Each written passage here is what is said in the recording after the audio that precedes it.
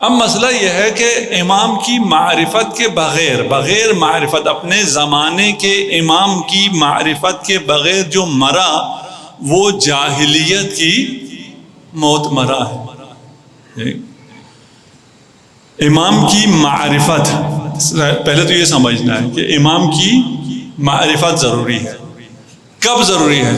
ہر زمانے میں، اس زمانے میں، اس زمانے میں یا پچھلے زمانے میں، ہر زمانے میں امام کی معرفت ضروری ہے۔ معرفت کسے کہتے ہیں یہ میں انشاءاللہ بیان کروں گا بھی آئندہ چل کے۔ اگر معرفت نہ ہو تو کیا ہوتا ہے؟ جاہلیت کی موت مرتا ہے۔ جاہلیت کب ہے؟ جب رسول خدا نہیں تھے، جب لا الہ الا اللہ نہیں تھا، یعنی جب لا الہ الا اللہ نہ ہو وہاں سے جاہلیت شروع ہوتی ہے۔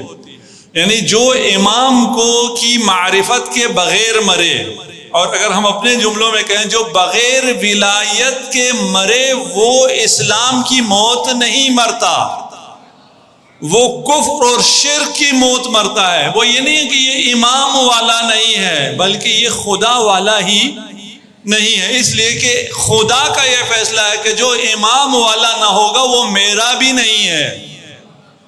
یہ ہمارا فیصلہ نہیں ہے، یہ خدا کا فیصلہ ہے۔ آپ کو امام والا بننا پڑے گا۔ امام کی معرفت کے بغیر اسلام ہی نہیں ہے، دین ہی نہیں ہے۔ یہ ہماری بات نہیں ہے۔ 50 سے زیادہ روایات ہیں، ایک روایت دو روایت بھی نہیں ہے، ایسا بھی نہیں ہے کہ نہ ہو۔ ہاں، صحاح میں سے صحیحین میں یہ روایت صریح ہے، یہ روایت نہیں ہے۔ کیوں نہیں ہے؟ اس لیے کہ وہ صحاح بنے ہی اس لیے ہیں کہ انہوں نے یہ سینسر کیا، اور اس کے صحیح ہونے کی وجہ ہی یہ ہے کہ انہوں نے ان باتوں کو نقل نہیں کیا۔ کہتے ہیں انڈیا میں کوئی انٹرویو ہو رہا تھا، جیسے آپ کا CSS کا ہوتا ہے، وہاں پتہ نہیں کیا کہتے ہیں اس کو، IS کہتے ہیں، ISA کہتے ہیں، کیا کہتے ہیں، اس کا انٹرویو ہو رہا تھا۔ انٹرویو میں اس نے پوچھا، انٹرویو کرنے والے نے، کہ تاج محل کس نے بنایا؟ پتہ کیا جواب دیا؟ کہا جواہر لال نہرو نے بنایا۔ اس نے پوچھا کیا تمہیں اتنا بھی نہیں پتا؟ کہا اگر میں کہہ دوں شاہ جہاں نے بنایا تو مجھے نوکری دو گے؟ پتہ کس کو نہیں ہے؟ پتہ تو سب کو ہے، پھر نہرو کا نام کیوں لیا؟ اس لیے کہ مجھے نوکری چاہیے۔ یہ صحاح بنے ہی اس لیے ہیں، صحیحین بنے ہی اس لیے ہیں کہ انہوں نے ان روایت کو چھپایا ہے۔ یہ نہیں کہ ان کو پتہ نہیں ہے، پتہ تھا، لیکن کس کا نام لکھا؟ تاج محل جو ہے وہ نہرو نے بنایا ہے۔ اس پر ابھی آپ بھی ہنس رہے ہیں، وہ بھی ہنستے ہیں، سب ہنستے ہیں، لیکن نوکری ایسی بھی ملتی ہے۔ مسئلہ یہ ہے، اس صحیحین کو چھوڑ کر باقی تمام کتابوں میں ایک روایت نہیں، دو روایت نہیں، تین نہیں، 50 سے زیادہ روایات۔ ابھی آپ کیونکہ حدیث کے اسٹوڈنٹ نہیں ہیں، آپ کو پتہ نہیں ہے 50 روایت ہونے کا مطلب کیا ہے۔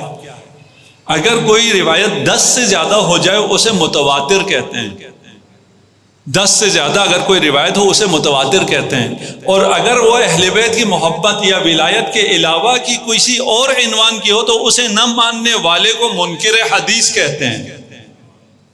جو 10 سے زیادہ تعداد میں روایت آئے اسے منع کر دیں تو وہ منکر حدیث ہو جاتا ہے۔ یہ 50 سے زیادہ ہیں، اس کا انکار کرنے والے صحیح ہو جاتے ہیں۔ ایک عجیب قصہ ہے، وہ ہے یہی کہ تاج محل کس نے بنایا ہے۔